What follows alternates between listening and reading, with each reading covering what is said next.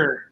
I think hopefully by the time you've mastered your music, you already know what your release schedule and plan is going to be. You should really have it mapped out by the time you have your masters done. But if you aren't really into planning, then I think the most important thing to do once you get to that stage is to figure out what is the story behind the music and how you're going to talk about the music on social media and with people who engage with you and listen to your music. I think that that's a really proactive way to think about. I have created this thing and now I want to share it with people. So naturally, you should figure out the best way to talk about it. And from a technical side, like at a distributor level, you could distribute your music as soon as you have the masters, because you just upload it to TuneCore and you can push it out. But I think best practices would be to develop, a really comprehensive plan, thinking about what you want to achieve with the release. Is it an album? Is it a single? What's the bigger picture here? And building the release off of that. So that's totally. That's what I'd say. Totally. And Matt, I'll kick that one over to you as well. Sure. From a label head perspective, I think Dan talked about narrative, which is super important. It's something an artist should be thinking about beforehand, but I'll run with that one. Absolutely. I think an overarching theme of most of what I would talk about today is the narrative and the story and getting something cohesive. So when you have this ready to go, if you haven't planned yet, I would say I like to kind of pick your end goal and work backwards. Like, where do you want this project to take you? Are you trying to, in non-COVID times, get on a tour, support slot on a tour? Are you trying to get your Spotify numbers and iTunes numbers up? Streaming wise, are you trying to get more social interaction? And then just think about what content you want to create to support that album to get you to that end goal. That's basically the conversation I have with every artist when we do that. Hopefully it's before you have the masters in hand, sure. But sometimes that doesn't happen. Well, we know everyone's operating on different schedules, so we'll keep it to high level as far as planning goes, but these are great. And Eric, as an artist, I'd love to hear your perspective on that as well.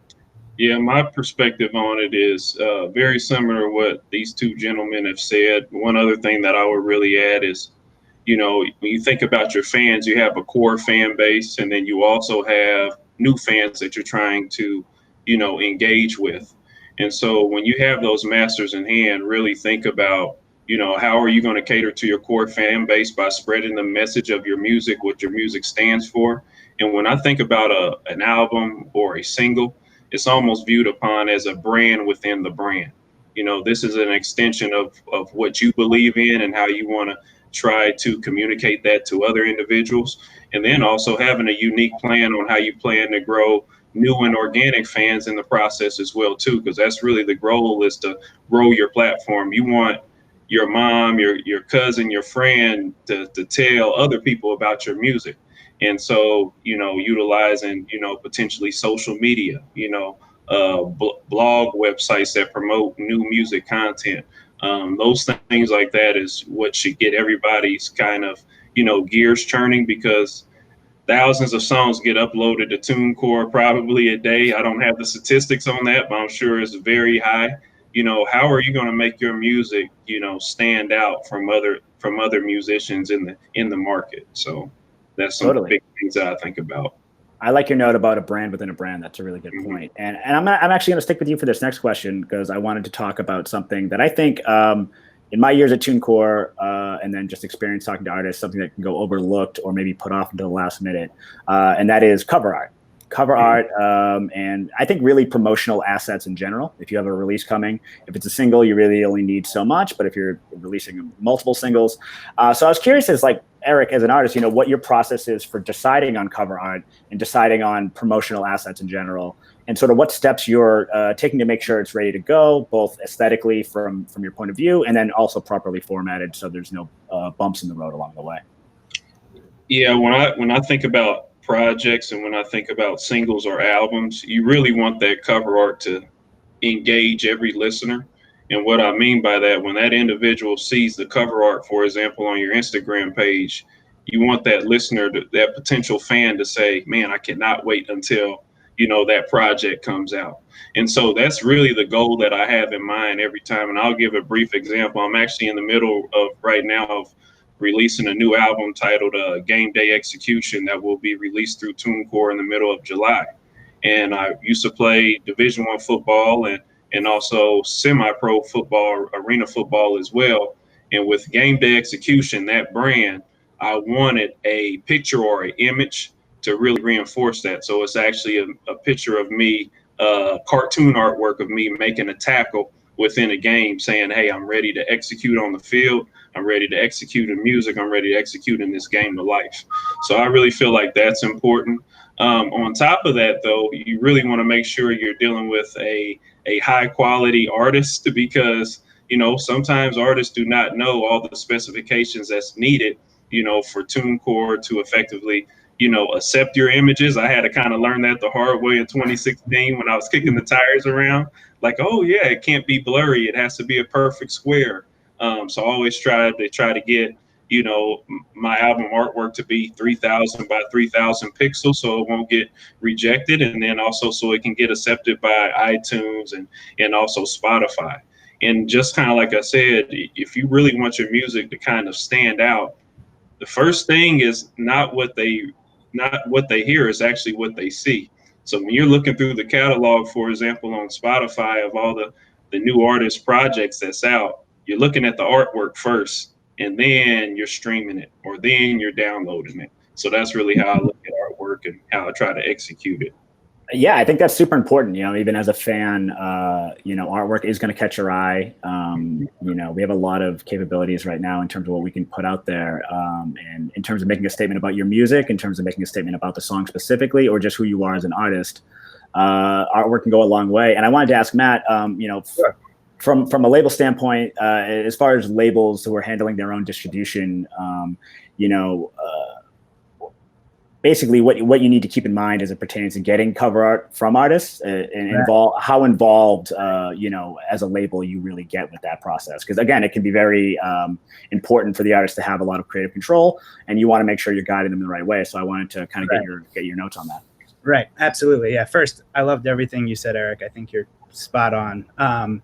So I would say it's definitely a unique conversation that we have with each artist, and each time it's a little different. Some come with a very specific vision, and some are even artists. Like for the Dead Milkmen records we put out, Dean Clean, the drummer, is been doing their logos and graphics forever. So he partners up with our in-house designer, and we get it done. Whereas other people really need help and guidance, and maybe we're sitting down and looking at different art, and seeing what the artist feels reflects the music. And I would say, as far as the art itself, there's kind of two main things with it. The aesthetic, like you were saying, Eric, you want something visually striking that's going to capture the audience immediately, and also be easily translatable against all platforms, whether that's, Instagram, Facebook, Twitter, Spotify, and start to think about how this art is going to play into all those assets. And then besides that, I don't really need to say much about it, but there's the technical, which our in-house designer always makes sure, meeting the specs. I do remember I sent you one email a couple years ago, Kevin, where we had an illustration, but there was a portion of a naked woman on it. And I was like, can we check to see if we think this is going to get flagged or not? And you came back and like, should be clear, and haven't had a problem with it yet. But always just trying to make sure, like, when release day comes, we don't have any hiccups. Yeah, and I think that's a great segue to talk to Dan real quick, because his experience helping artists, sort of make sure that their art is going to get approved. It's not just about specs and sizing and formatting, but it can be about actual content. So Dan, I kind of wanted to talk to you about cover art, and just in how important it is in terms of planning and finalizing and obtaining the right files for all this stuff. It might sound mundane, but I think we just heard Matt and Eric talk about the importance of this stuff, and I'd love to hear your thoughts. Yeah, I think when it comes to cover art, if you're unsure what to do, you could go to the genre pages on iTunes and Spotify and just look at what people are doing in your genre. and try to see if there's kind of inspiration that you can find there. I think that that's always good to know where visually, if you're not a visually driven artist, see how other people are articulating the vision of their music. Um, as far as like a technical delivery standpoint, you need to have your artwork when you're uploading to TuneCore. You can't upload your release and then say I'll figure out the artwork later. And you could maybe change the artwork down the line, but that's a hassle and it becomes a lot of a stress for you in the process. And there's enough that you already have to do. So if you can get that squared away, checked off, I think you're better off. Yeah, those are great tips. And I wanted to talk, we'll get into a little bit more about the specific timing in a moment, but I wanted to take just sort of like a high level look at this and chat with everyone to see, aside from just lead times, which we'll get into, like I said, what are just some critical steps that artists can take when it comes to the development of what we would call like a proper roadmap or release schedule, even if it's just writing it down on paper. I think artists specifically, when they're getting into this stuff, it does take a little bit of training to say, oh, I should start writing this stuff down. And it might seem silly to want to write this stuff down, but I think, artists will find that if they put some dates in place that they might really hold themselves to it. And I kind of wanted to get some different perspectives on what we think helps in terms of just developing that mindset. And Eric, I'll jump back to you. When you're getting a release ready, what kind of like advanced prep work do you do just to sort of map everything out? Yeah, so it's funny you talk about writing stuff down, and as a musician, you got to look at yourself as a business, and it's very important to try to hold yourself accountable, and then also to try to meet and exceed some of the goals that you do have. So first thing I like to do is just write down what are my goals going to be for the potential project. How many downloads do I want to get on iTunes potentially? How many streams do I want to attain, not only in the first month, but what does that look like 6 months down the road? What does that look like 12 months down the road? So then when I'm making my plan, I can kind of use that as a checks and balances.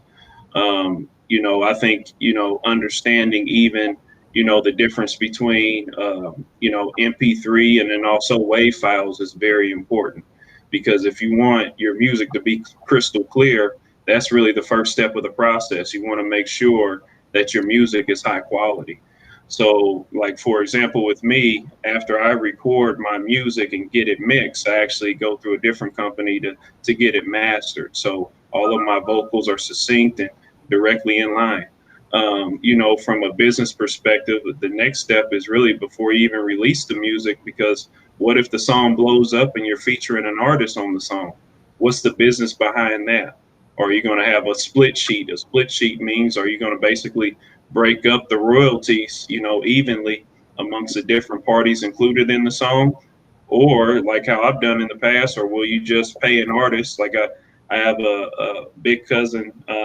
He actually was featured on one of my songs, Project Pat, for a member of 3-6 Mafia. So we got a song titled Giving Hope Together. And I just basically just had to pay him a straight fee to be on the song. But that's a very important piece of business that's very much so needed.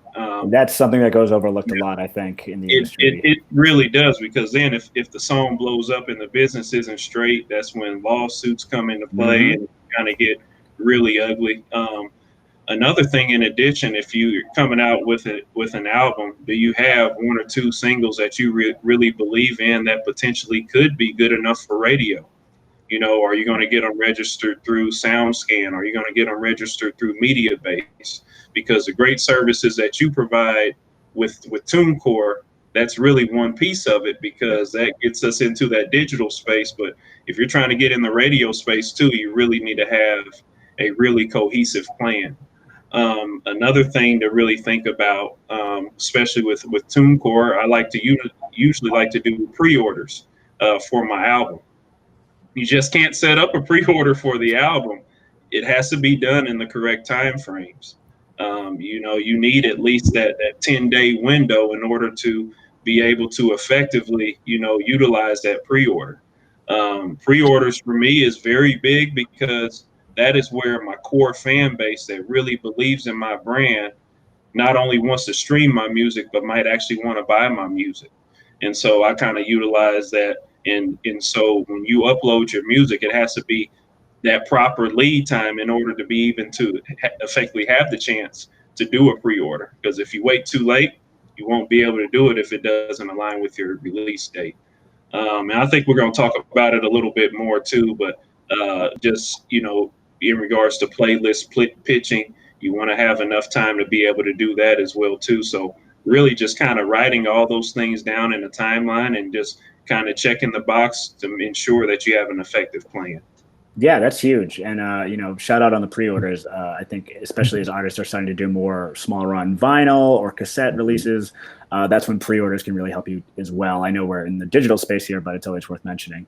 Matt, I wanted to get your thoughts real quick, just as far as guiding artists or being involved with an artist's release and writing stuff down. What have you sort of learned over the years as far as just getting the stuff down on paper and creating a little bit of a roadmap for yourself? Yeah, it sounds like, Eric, you're in a very good place and you understand how all those little pieces come together. So from the time we started the label, which was about 4 years ago, we've slowly been getting all the pieces in place and creating that kind of roadmap with each artist as we get ready to do it. You touched on a lot of it, Eric. I would also think about setting up your social engagement, your posting and responding kind of schedule and getting those assets in order. So you're like, oh, this isn't formatted for Instagram. Oh no, like I can't post it. Or like, those like some initial small but important mistakes that you make that can kind of hinder you. And then one thing that's been a big learning process for us, and it's different by the artist, is we usually like try to pick out how many singles we want to push either leading up to that full album release or having one or two and then continuing to push through the full album release. But sometimes you get surprised about what track does the best. And so kind of setting up that schedule, but hopefully leaving yourself enough flexibility to be able to kind of maneuver on the fly. And that kind of comes down to, and I think I'll touch on this a little more later, but I think the visual component to releasing stuff these days is very important, and music videos and that kind of content generally takes a good while to create. So I like to try to get a lot of that stuff, if not actually completed, like on the books and the concepts developed and everything, the plan set in motion before we release that first single and leading to the full record.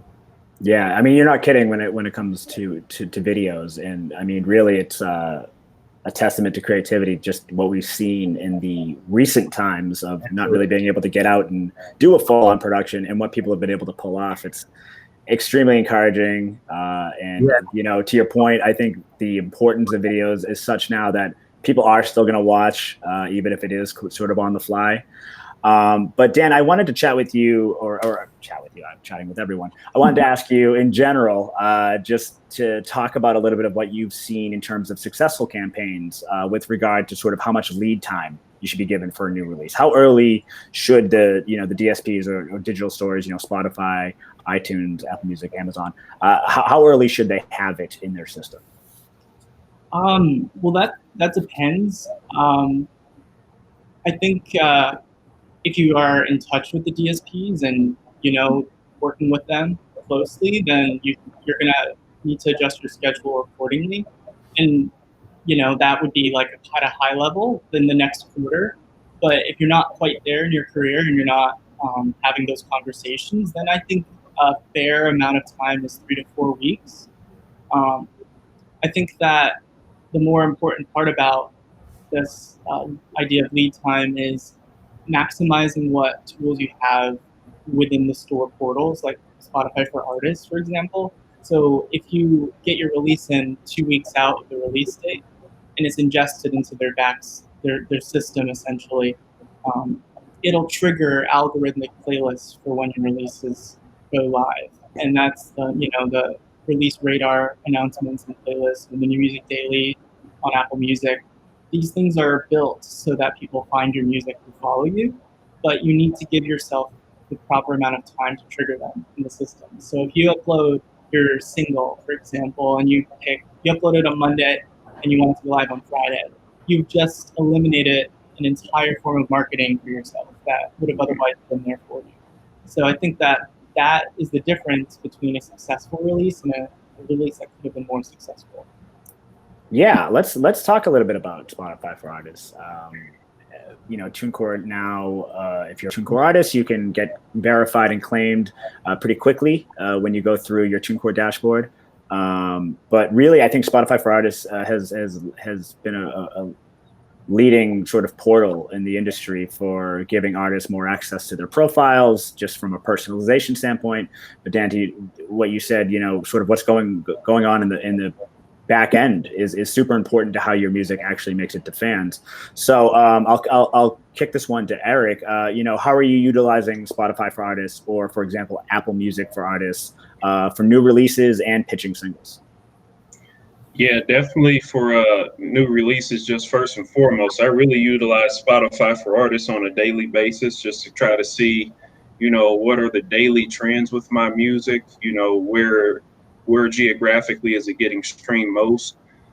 Because even though we're all in the United States, as an artist, you have the opportunity to really gain a foothold and a presence across multiple countries that Spotify is partnered with, and then also Apple Music. And so on average, my music sometimes gets streamed in 20 to 30 countries on a monthly basis. And then, and how I utilize that with new releases is really to ensure, kind of like what was said before, I properly submit, my music through TuneCore first, allowing those 1 to 2 business days for it to be approved, so I can have that leeway in order to be able to get added to some of those algorithmic playlists like Release Radar. A helpful tip with Release Radar for every fan that follows you on Spotify, if you submit your new release in enough time, that new song that you release will automatically be added to their Release Radar playlist at Thursday night at midnight.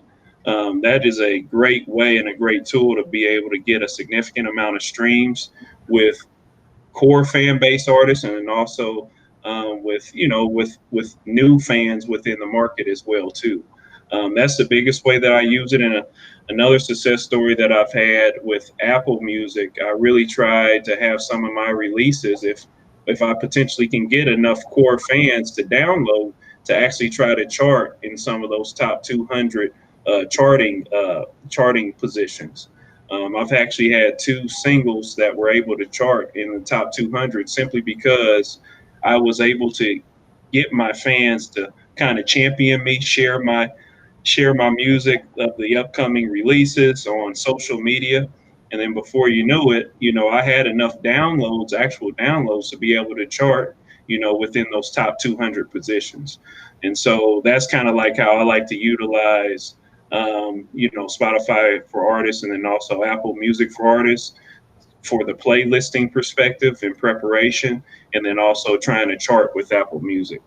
Yeah, I mean, that's incredible. Those are some really great success stories that we hear from people using TuneCore. And you hear it because it's like, we're helping you get on there and we're helping you claim the profiles, but everything else you're doing it's very DIY. You're on your own, you're doing it.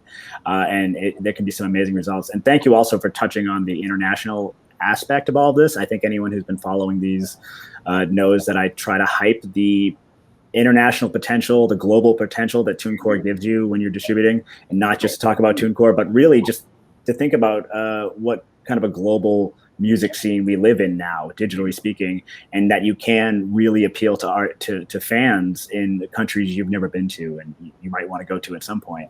Additionally, touching on just the playlist potential, I wanted to ask Matt, just as as a label, how are you guys sort of handling and utilizing tools like Spotify for artists and Apple Music? You pitch on behalf of artists. Do you allow them to sort of maintain control there? I know it can probably be different, but talk a little about how it's sort of helped you guys. Right. So we're a boutique label, fairly small. We have 4 team members with the Giving Group. So we let the Spotify for artists live with each artist, but we certainly keep an eye on it, make sure they're updating their shows and they have compelling content up there. And then we're keeping a kind of bird's eye view through our label's analytics account over Spotify, and also handling the Spotify ad studio. So that's another thing not to reach back too far, that we do as far as promotion for most artists is create Spotify ads that get played on the free tier, and we target it to artists that are similar, and we've had some really good success with that. That's awesome. And Eric, you mentioned release radar as well. I wanted to say, like, that is something I actually, as a music fan, check pretty regularly. I might not be the model Spotify listener in terms of playlists, but I get in there pretty deep, and I still use release radar every Friday to pay attention, because quite frankly, there's just so much music coming in from so many different genres. Release radar really helps you utilize your library. And Dan, you mentioned Spotify for artists. That's sort of what kicked off this conversation a little bit. But I wanted to just give you a chance to say if there's any other like opportunities for artists who use TuneCore that we maybe not have touched on in terms of utilizing these portals like Spotify for artists and Apple Music for artists. Yeah, one tidbit that I think is really important: when people are submitting their music, they have the option to plug in their Spotify URI for their profile. The same for Apple Music, and that's a capability that's really important, because if your name were, Philip Glass, and there was another Philip Glass making music, you could accidentally be mapped to his profile. And that's a pretty significant issue to have on release day when fans are looking for your music and you're in the wrong place. So as simple as that seems, I do a lot of damage control at TuneCore for very high profile people because they didn't enter in that code when they were uploading their release to TuneCore. This is the kind of work that is kind of like checking your boxes to make sure that everything's working in your favor. I think Eric also mentioned data. One thing I wanted to note, like a little industry tip: if you do a pre-save campaign or a pre-order campaign, all of the data and all the numbers are cumulative in those campaigns, and they hit the store on the store date. So all of the pre-order numbers that you gain in Apple Music or iTunes are going to hit the store on the launch date, and then your probability of charting is much higher because of that, because the length of the pre-order campaign you've been building. And then when you hit the store, you can maybe launch with a milestone. So I think that that's something significant to mention there.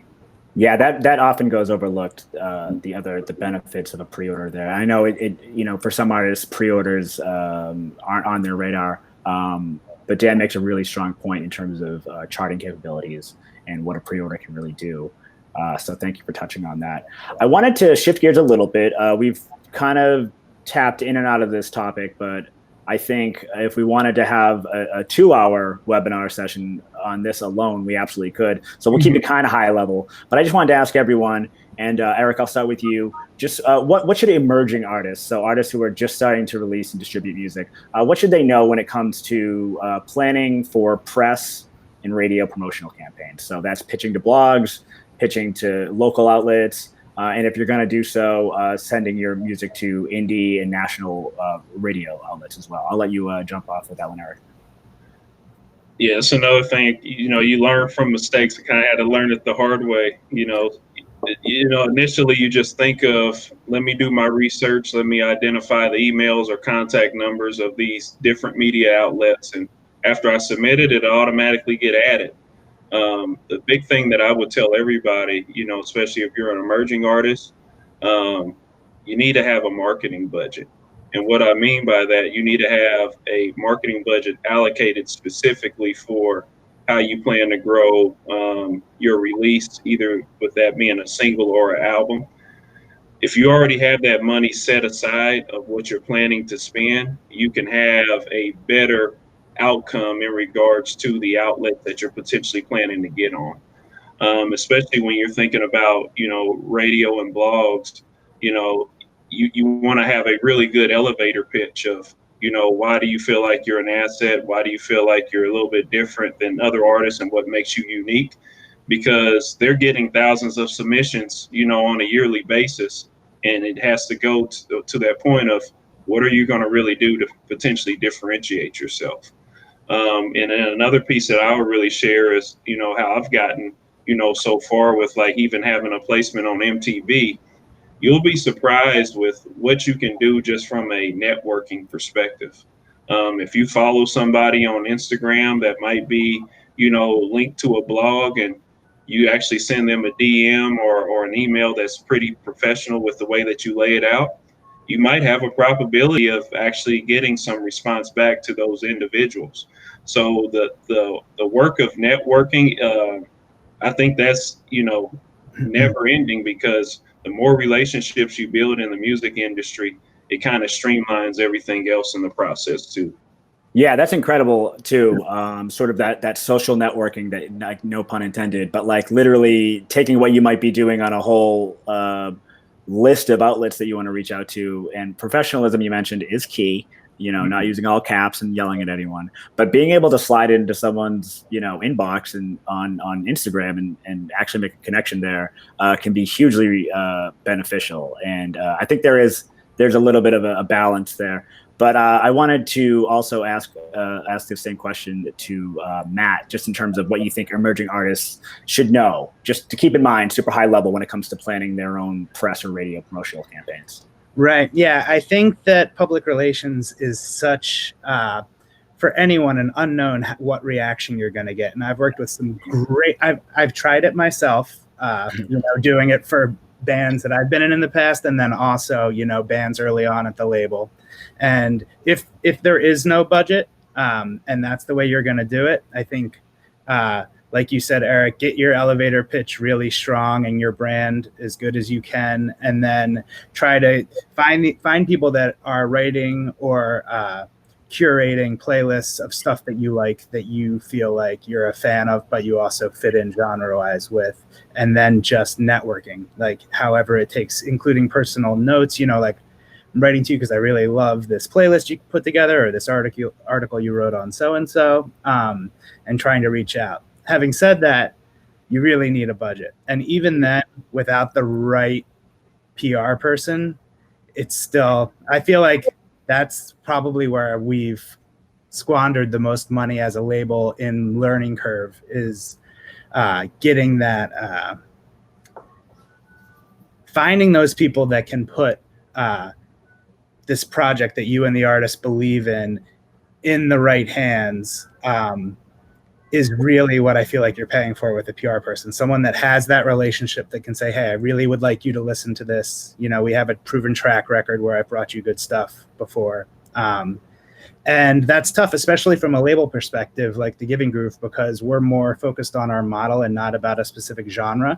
And so one PR person isn't going to fit the mold for each of our releases. So yeah, that's a good point. That is a struggle you guys face if you're covering different genres as well. I hadn't considered that. And I mean, you're right. I mean, listen, at this point, every artist should know PR is one of those things you got to pay for up front, and you don't have any guarantees. If anyone's trying to give you a guarantee, then don't. End the communication, run away.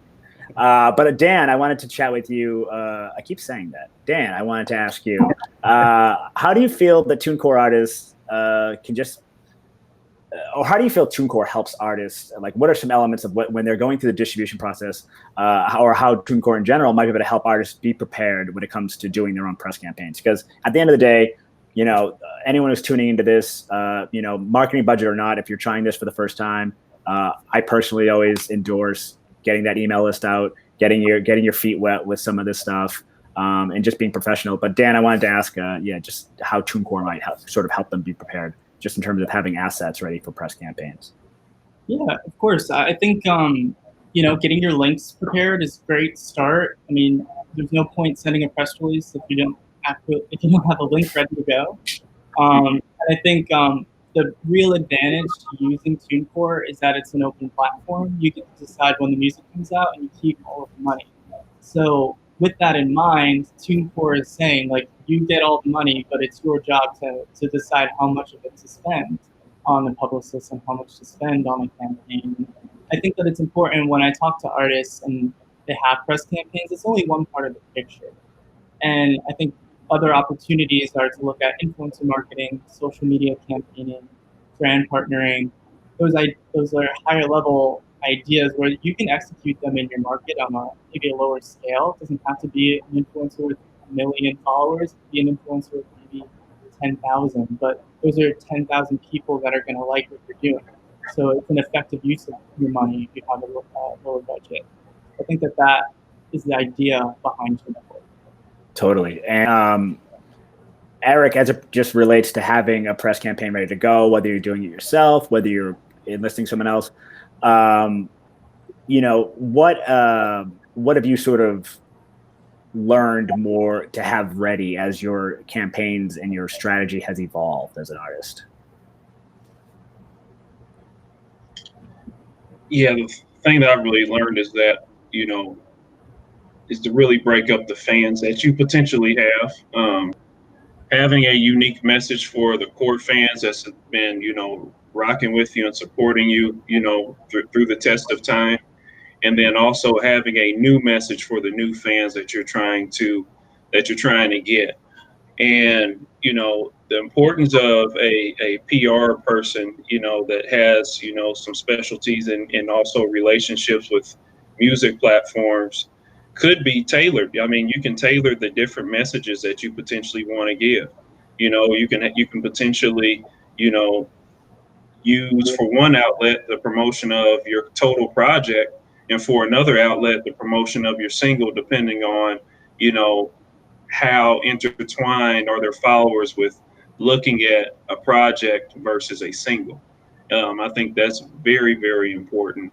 And the process of actually identifying those social media influencers is very important too. And I'll give an example of, I'm really big on following hip hop bloggers, and one person that is very known as DJ Academics out of, I think he lives in New York, and we've actually started to develop a relationship, and he's helped me gain new fans. So really just being also open and flexible to new ideas that might come out with rolling out your music as well too, because as the times change, we definitely need to adapt as well. Yeah, that's huge. I wanted to, again, this is another topic I think could probably go into its own webinar, I don't know. But I guess in terms of fitting a music video into your overall release plans, generally speaking, Eric, when if you're doing a single, do you like to go day of release the video ahead, do some teasers? What's your style for that? Yeah, very similar to what Matt said before. I always try to have one or two singles before the release of an album, to really try to give the album some potential legs of, okay, these are the two lead songs that might be on the album, and I'm supporting what ET is doing, and I definitely want to do that. But also, I think it is very important as well too. That's something I'm going to do with my new release upcoming in July. I will be releasing a music video of one of my singles on the day that the project drops. I think that just generates a lot more awareness, and I just spend time studying a lot of different independent artists, such as like Montana 300 or Joyner Lucas or Tech Nine out of Kansas City, and the way that they kind of utilize their marketing platforms in order to utilize that music video to make that project pop, I think is very important, and it shows the listener, hey, this is a song that I really believe in from the project. Take some time and look at it. Yeah, absolutely.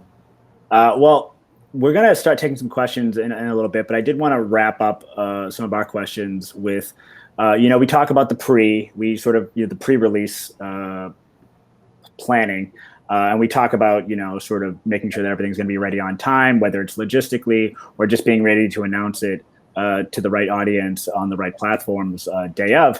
But I think there's something that goes, overlooked a bit, is sort of that post-release promotional plan, sort of to keep the momentum going, if you will.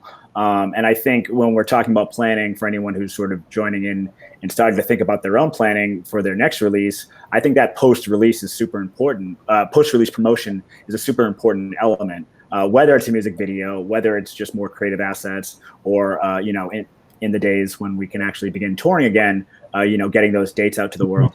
But I kind of wanted to ask everyone what their thoughts are, and as to what artists should keep in mind for post-release promotion. Dan, I'll start with you. Any sort of helpful tactics you've seen artists and teams do, not only leading up to but after the release is live? Sure. I think keeping it this in mind, like the goal of an artist is connection, right? That's what they're after. And your marketing campaign, however you set that up, just helps you reach more people or even reach the people who already follow you. And so I think post, the best thing you can do after you've launched the song or the album is to really follow up with the people who are listening and to have conversations with them, you know.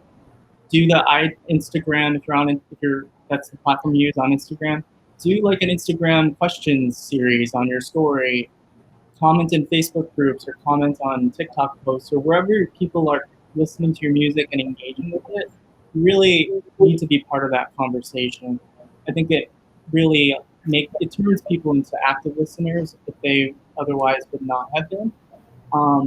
One trick that I've picked up along the way is that if people are tweeting your song, you can take the URL from your Spotify and you can plug it into the search bar in Twitter, and then you'll find all the tweets where people have shared your song.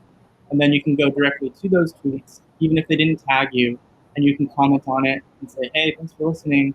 This is what that song's about, or direct them somewhere else if that's what you want to do. But I think that is really key after you released a song, is just continue the conversation and build relationships with your fans. I think that's a really good point, and that specific anecdote you mentioned actually just worked on me recently. I don't know, maybe 3 weeks ago, commented on an artist I love Instagram photo about releasing a vinyl version of this record I really love, and 3 weeks later, he commented to everyone's response saying, "Hey, it's live, go check it out." And it was a super limited release, and I was able to get on there and order it. So, really, I mean, the connection in terms of just being able to be heard, and then also proactively being able to go and give you my money can really go a long way. Matt, how do you sort of view the artist-label relationship in 2020 as it relates to not only promoting before and during, but also after, to carry the momentum of the release? Yeah, I think, Dan, you really nailed it. Like, engagement is the key. Once everything's out there, you have to be interacting with your fans and taking care of them. And every fan wants to get something personal from an artist they love. And that really solidifies, a fan base when they feel like they can, especially in these times when no one is going out to live events or anything. Interacting on digital platforms really does help connect everything. I think the trick is just to stay in people's minds, give them extra supplemental content, whether that's like, doing Q&As or, doing giveaways or creating a specialized vinyl that's, going to be limited, that fans are going to want to, get their name on the list for. I think that's what I would add. Yeah, that's huge. And, Eric, in terms of, the different releases you've done over the years, obviously, I think, you're a great person to ask, but anyone who's been releasing music for several years is going to be learning from mistakes, building their toolkit, so to speak. What are some lessons you've walked away with as far as not only just the overall planning of your releases in the past, but also just thinking ahead in terms of the post-release promotion? Yeah, first thing on the mistakes, I'm a really big believer in you do need to learn from mistakes, because that's the best way you can possibly learn, to try to get your hands dirty, touch it, see it, feel it, so you can understand it. The biggest mistake that I made initially was not understanding the importance of planning. The importance of planning with a single or an album, with all the logistics that needs to be involved, with all the marketing that needs to be involved. In order for your project to see its full potential, you need both of those to work hand in hand.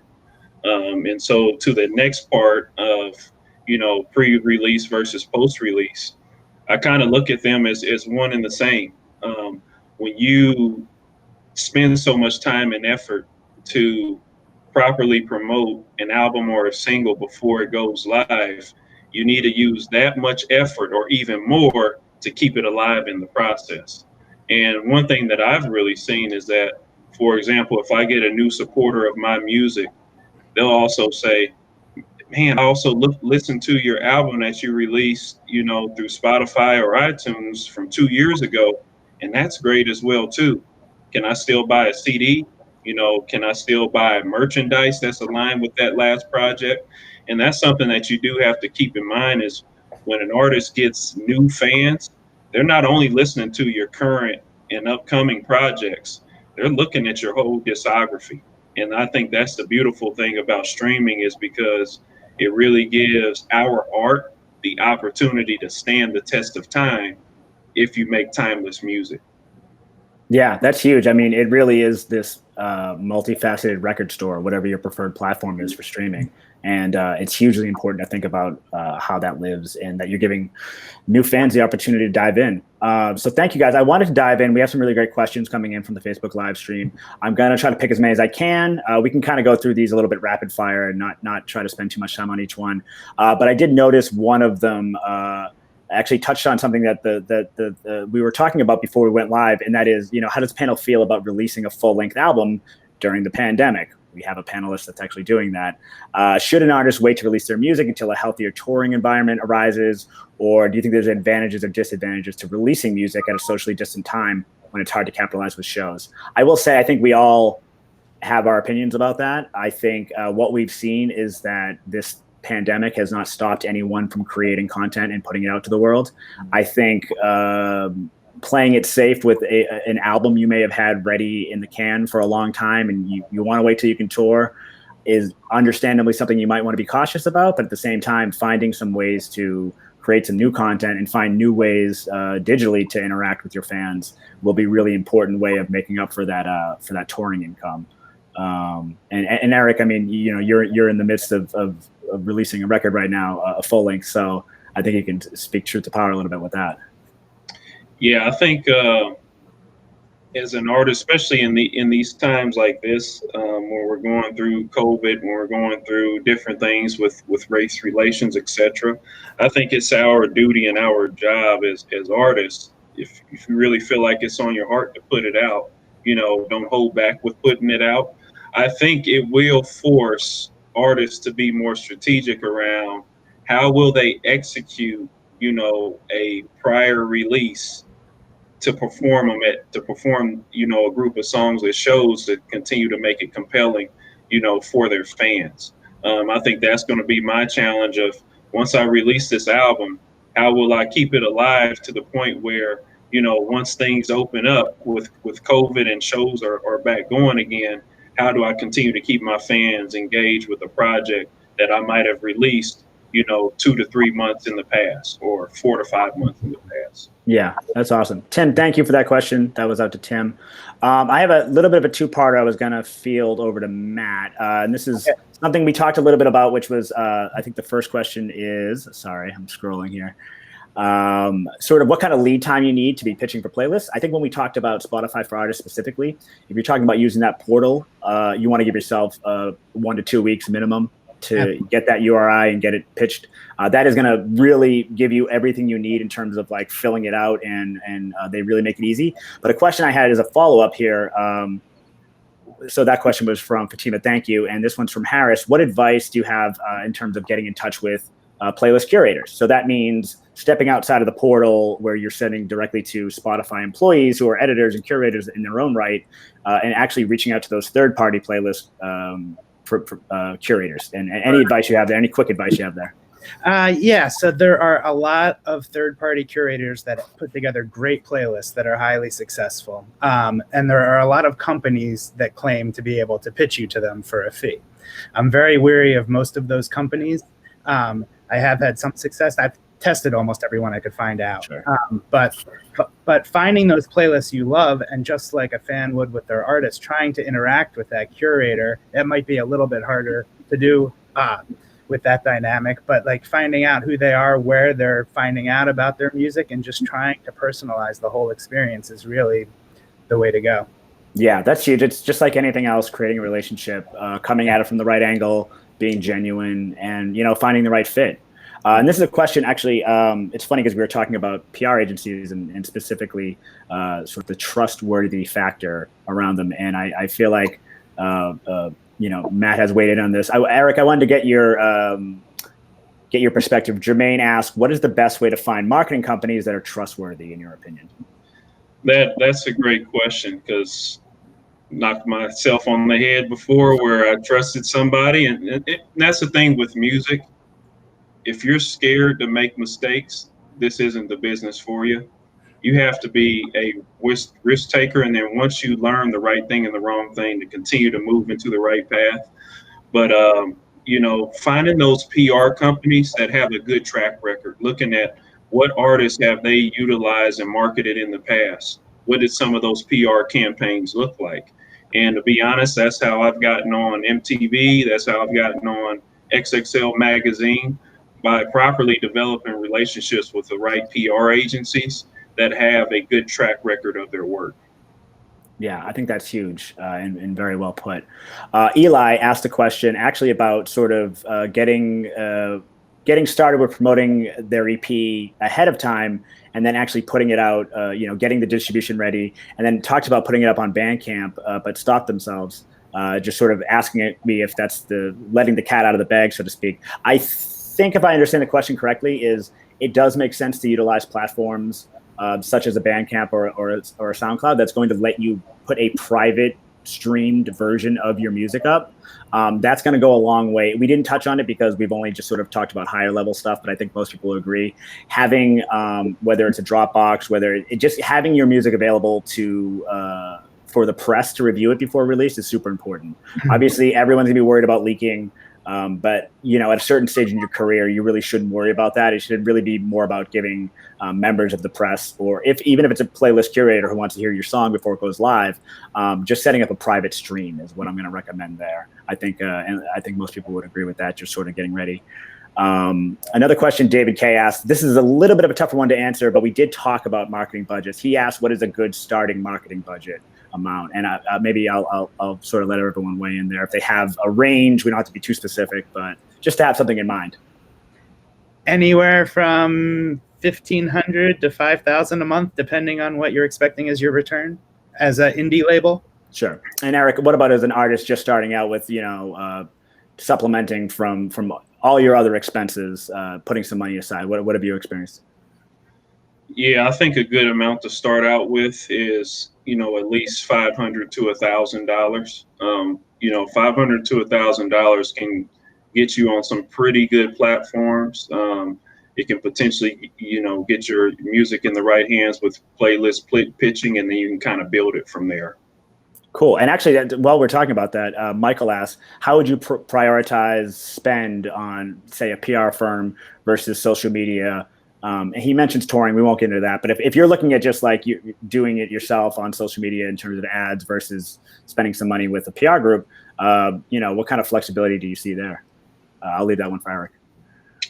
Yeah, I think it really depends on where do you feel like you'll see the most results from.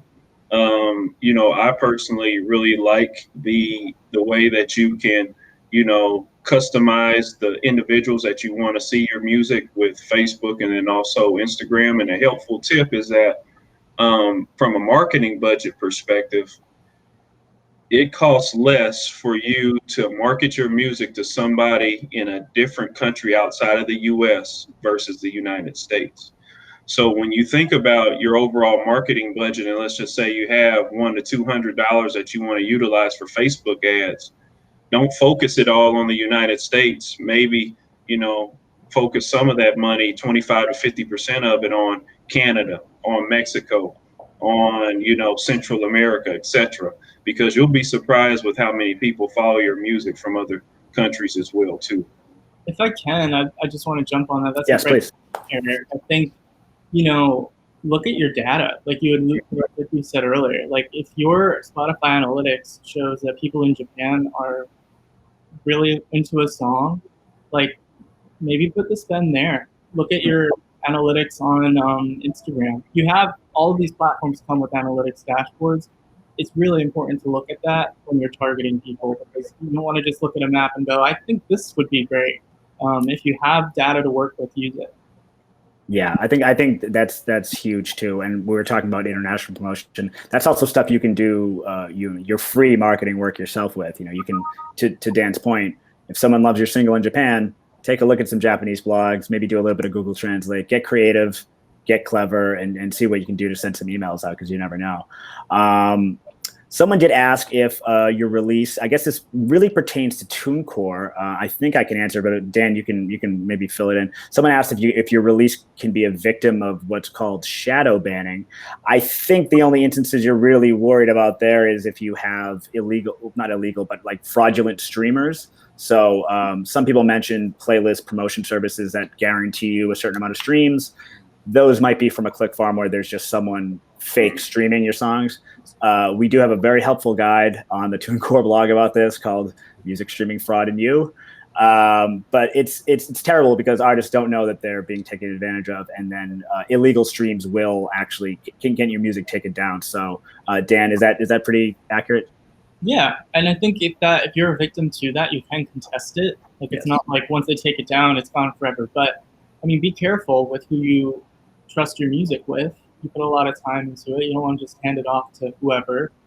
And I mean, the stores are only they want your music in their store, because the more music in their store, the more people go there and the more people who listen. So they don't want to take your music down. They're only going to do it if they think they're bad actors or there's a copyright claim against it. Sure. And last question, Harris asked, unless there's a tour video accompanying a single dropped after an album, is it worth it to drop a single after an album is dropped? I'm going to go with no, but I would like to hear what everyone else has to say. Not if there's not some sort of auxiliary complementary content to go with it, or an announcement of some sort. Like, All right, Harris. So I think you should trust your instincts there. That's a good call. But that's kind of it for questions, guys. I just wanted to say thank you to everyone for not only tuning in, but I want to say thank you to my lovely guests, Daniel Iammatteo, Matt Teacher, and Eric Tyler, aka ET. He's got an album dropping in July. What was that date? Yeah, thinking about July 10th. Okay, keep an eye out. Follow him on Spotify. He's got tons of followers there. And yeah, just again, we are going to set up a recap for all of this on the TuneCore blog tomorrow, and we'll have a recorded version up on our YouTube channel soon. So once again, thank you everyone for joining, and thank you to my panelists for talking with us today and getting all these different perspectives. Thanks so much. Thanks, Kevin. All right, guys. Well, until next time, we'll see you soon. Okay. Bye. Bye.